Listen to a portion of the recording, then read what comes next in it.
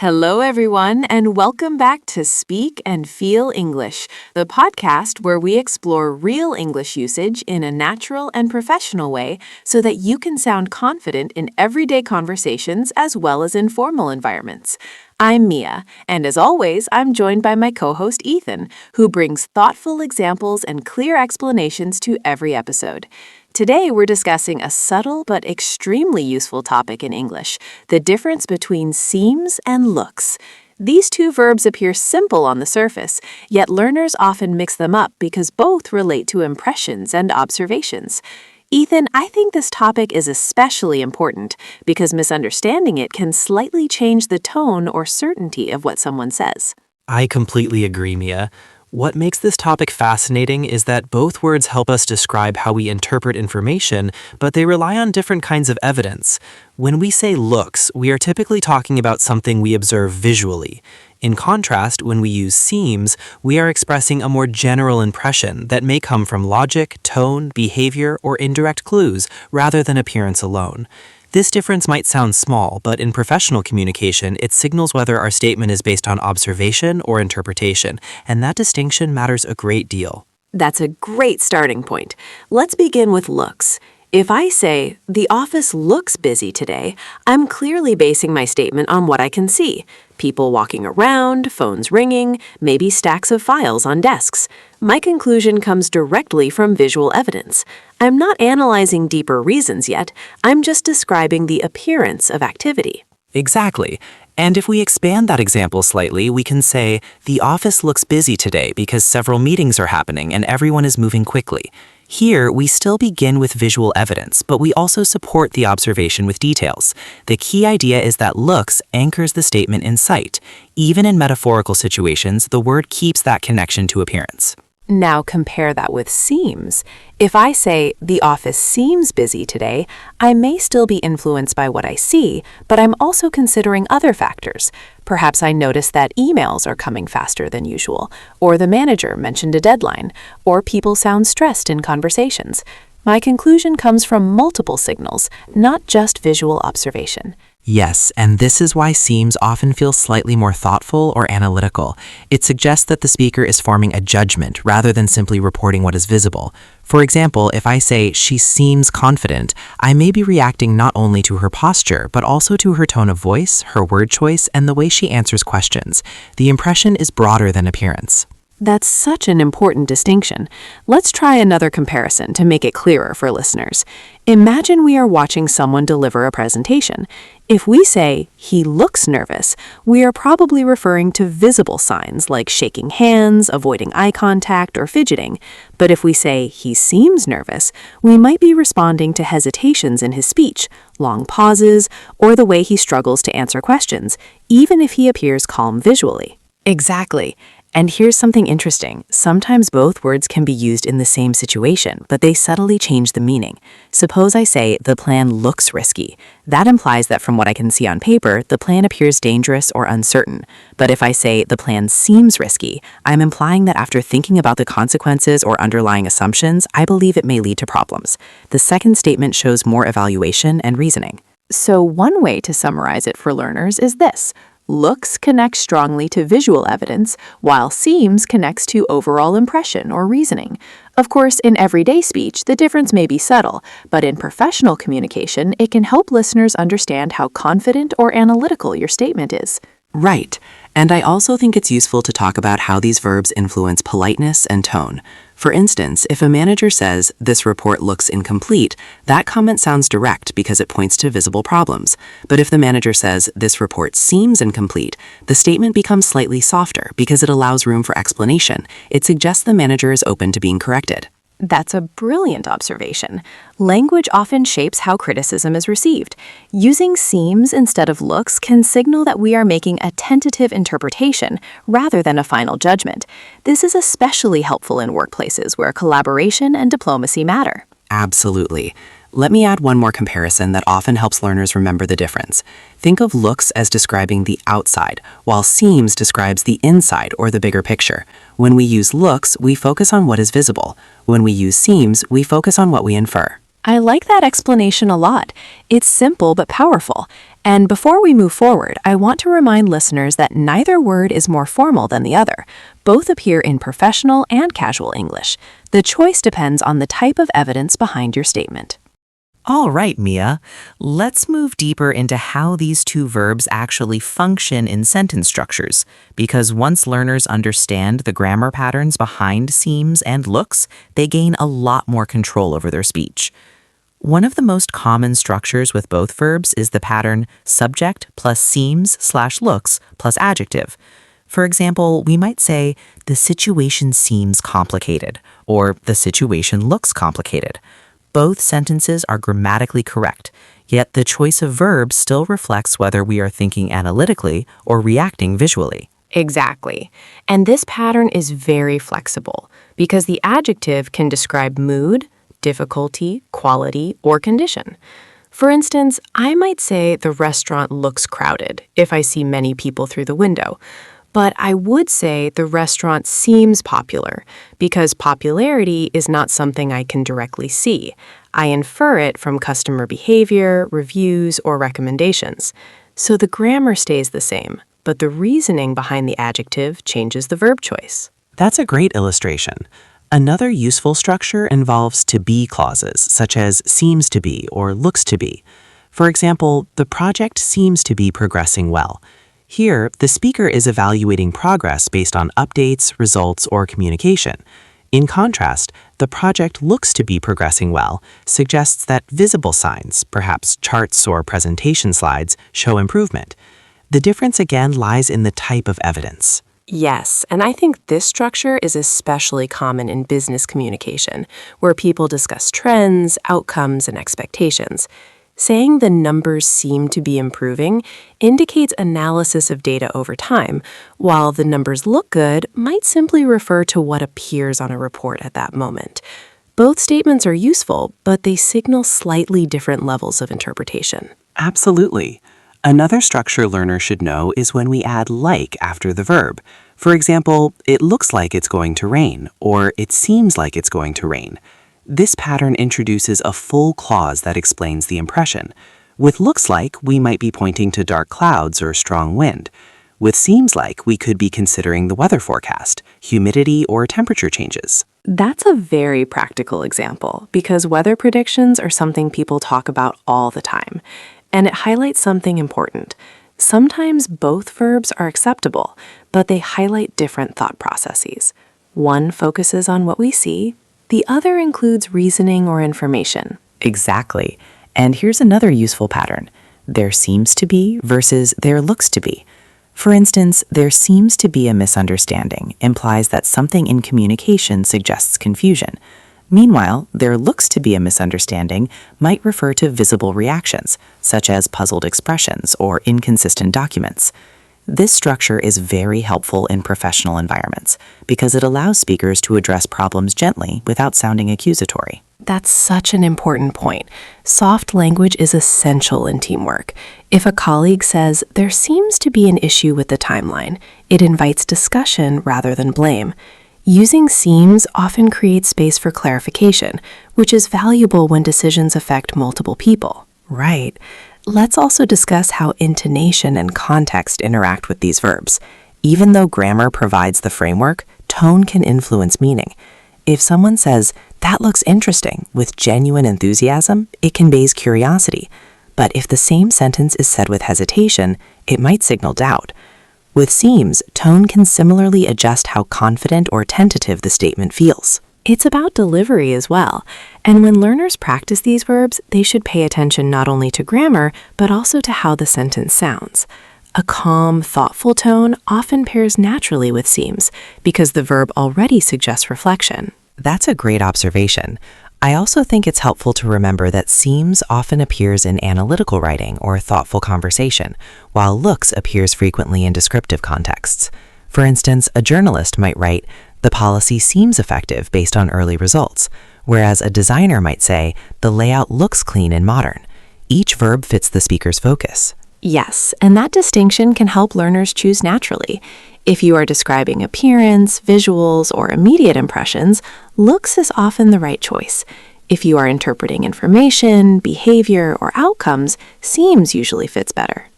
All right, Ethan, now that we've covered structures, I think it's the perfect time to talk about common mistakes learners make with seems and looks, because even advanced speakers sometimes choose the wrong verb without realizing it.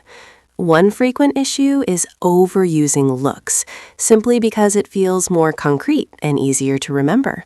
Many learners default to it, even when they are expressing an opinion rather than describing something visible. That's absolutely true. For example, a learner might say, "This idea looks good to me," when what they really mean is that the logic behind the idea is convincing. The sentence isn't incorrect, but it slightly shifts the meaning toward appearance rather than reasoning. A more precise choice might be, "This idea seems good to me," which emphasizes evaluation rather than visual presentation. Exactly. And this difference becomes especially important in meetings or academic discussions where clarity matters. If someone says, "Your argument looks strong," listeners might interpret that as referring to presentation style or organization. But if they say, "Your argument seems strong," the focus clearly shifts to the reasoning and evidence behind it. Right. And another common mistake involves using seems when a purely visual description would sound more natural. Imagine someone walks into a room and says, "The table seems dirty," even though they are reacting to visible stains. In this case, "the table looks dirty" would be more appropriate because the conclusion is based entirely on appearance. That's a great point. Sometimes learners think seems sounds more sophisticated, so they use it everywhere. But natural English relies on matching the verb to the evidence. Using looks for visual impressions actually makes speech sound more authentic and confident. Exactly. There's also another mistake involving sentence structure. Some learners forget that both verbs often need complements to complete the idea. For instance, saying simply "he seems" or "she looks" without further explanation leaves the listener confused.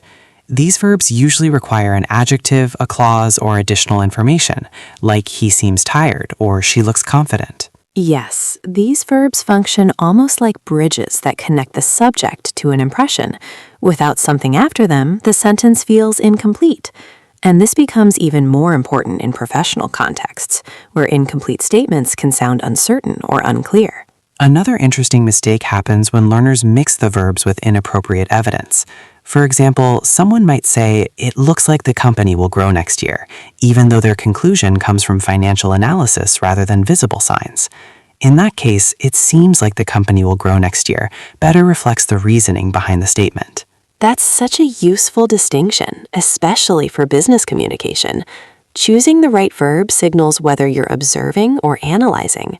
When people present forecasts, strategies, or predictions, seems often communicates that the statement comes from thought and data rather than appearance. Absolutely. Another subtle mistake involves tone. Sometimes learners unintentionally sound too certain when they use looks. For example, saying "this proposal looks wrong" can sound more final and critical than intended. If the speaker instead says "this proposal seems problematic," the sentence feels more open to discussion, which is often preferable in collaborative environments. That's a very important nuance. Word choice shapes relationships in professional settings. Using seems can soften a statement and show respect for other perspectives, while looks can feel more observational and immediate. Neither is inherently better, but choosing intentionally can improve communication. Exactly. Let's also talk about how context can override strict rules. In casual conversation, native speakers sometimes use looks even when reasoning is involved, especially when they want to sound decisive. For example, someone might say, "It looks like we're going to miss the deadline," even though the conclusion comes from analysis. The choice here reflects conversational style rather than strict logic. Yes, and that's an important reminder that language is flexible. The goal for learners isn't to memorize rigid rules, but to understand tendencies.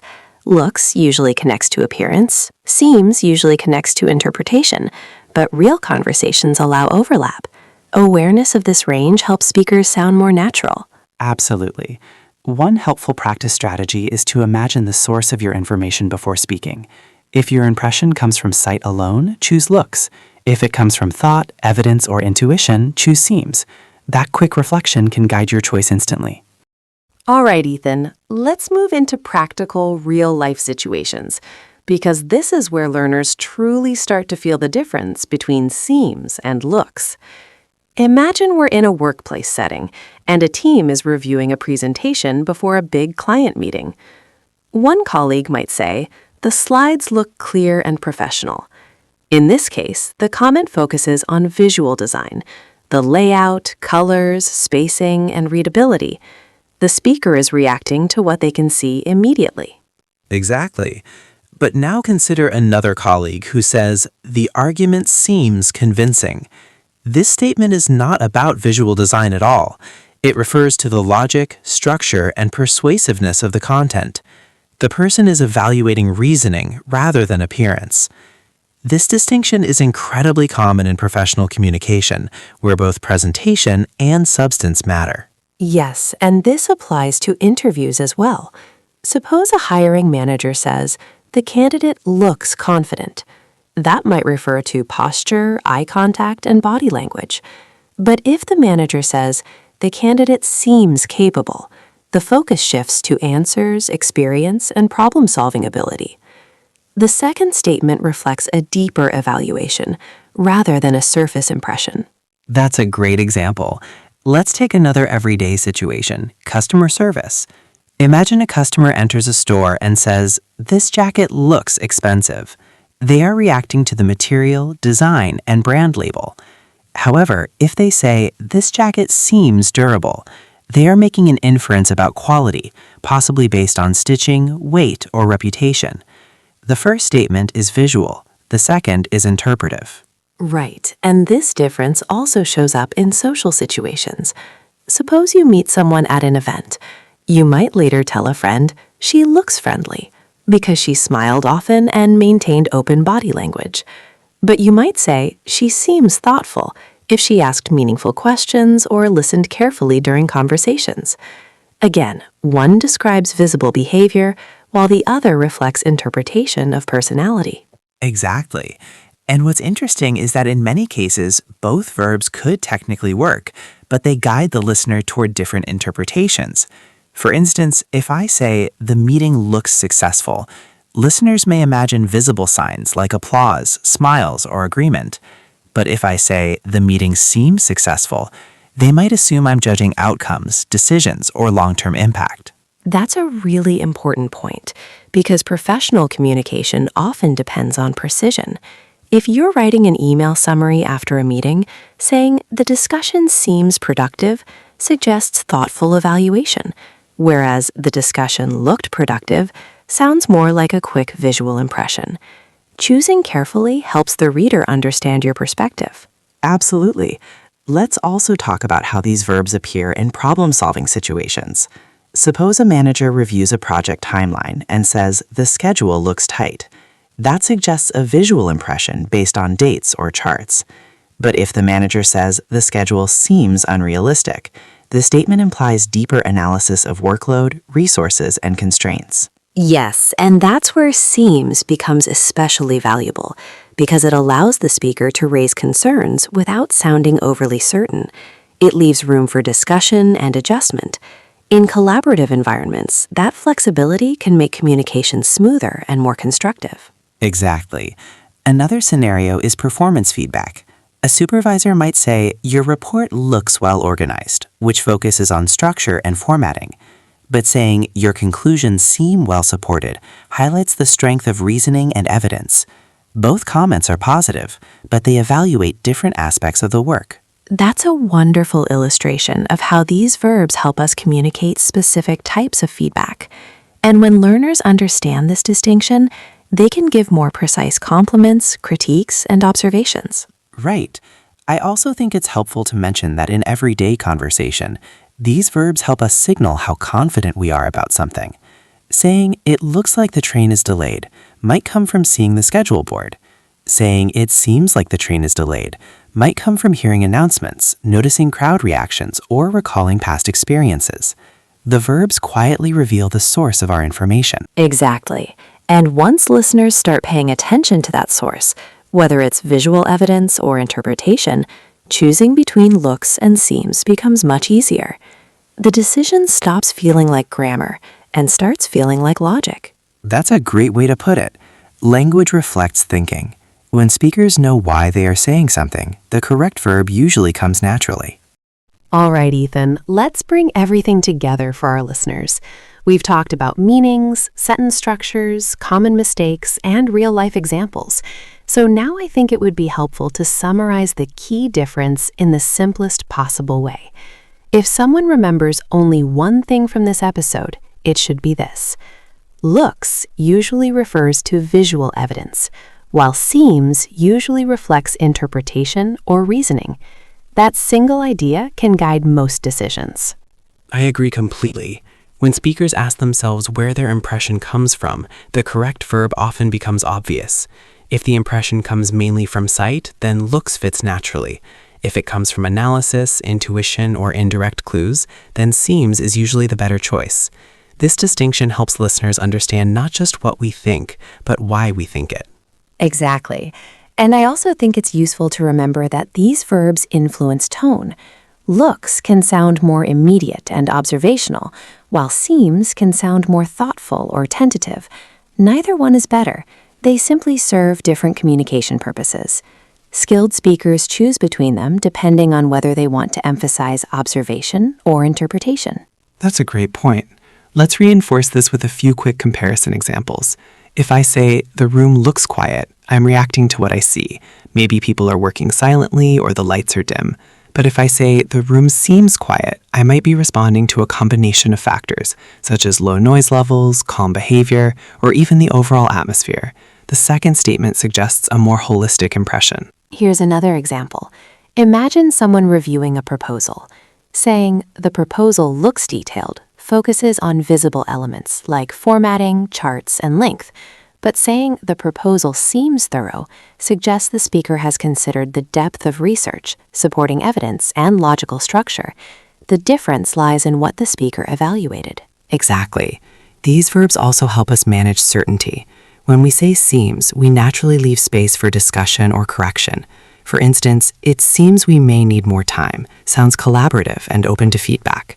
In contrast, it looks like we need more time, sounds slightly more definite, as if the conclusion is already visible. Yes, and that flexibility is incredibly useful in professional communication, where diplomacy matters. Choosing seems can soften statements and invite conversation, while looks can communicate clarity and directness. Being aware of that subtle difference helps speakers sound both confident and respectful. Another helpful tip for learners is to practice noticing these verbs in real conversations, films, or workplace discussions. When you hear someone say seems or looks, pause and ask yourself what kind of evidence they are using. Over time, that habit builds intuition, and choosing the right verb becomes automatic. That's excellent advice. I also recommend practicing by describing everyday situations. For example, when you walk into a cafe, you might say, "This place looks cozy," because you're reacting to lighting and furniture. Later, after sitting there for a while, you might say, "This place seems relaxing," because your impression now includes atmosphere, music, and comfort.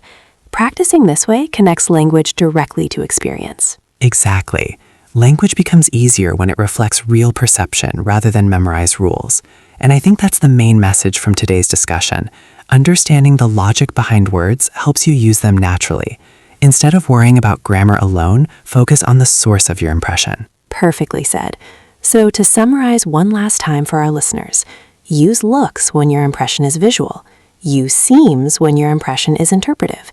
And remember that both verbs are common, natural, and useful in professional English as well as everyday conversation. And with consistent practice, this distinction becomes second nature. The more you listen, speak, and reflect on your own impressions, the more confidently you'll be able to express them. That brings us to the end of today's episode. Thank you so much for listening and learning with us.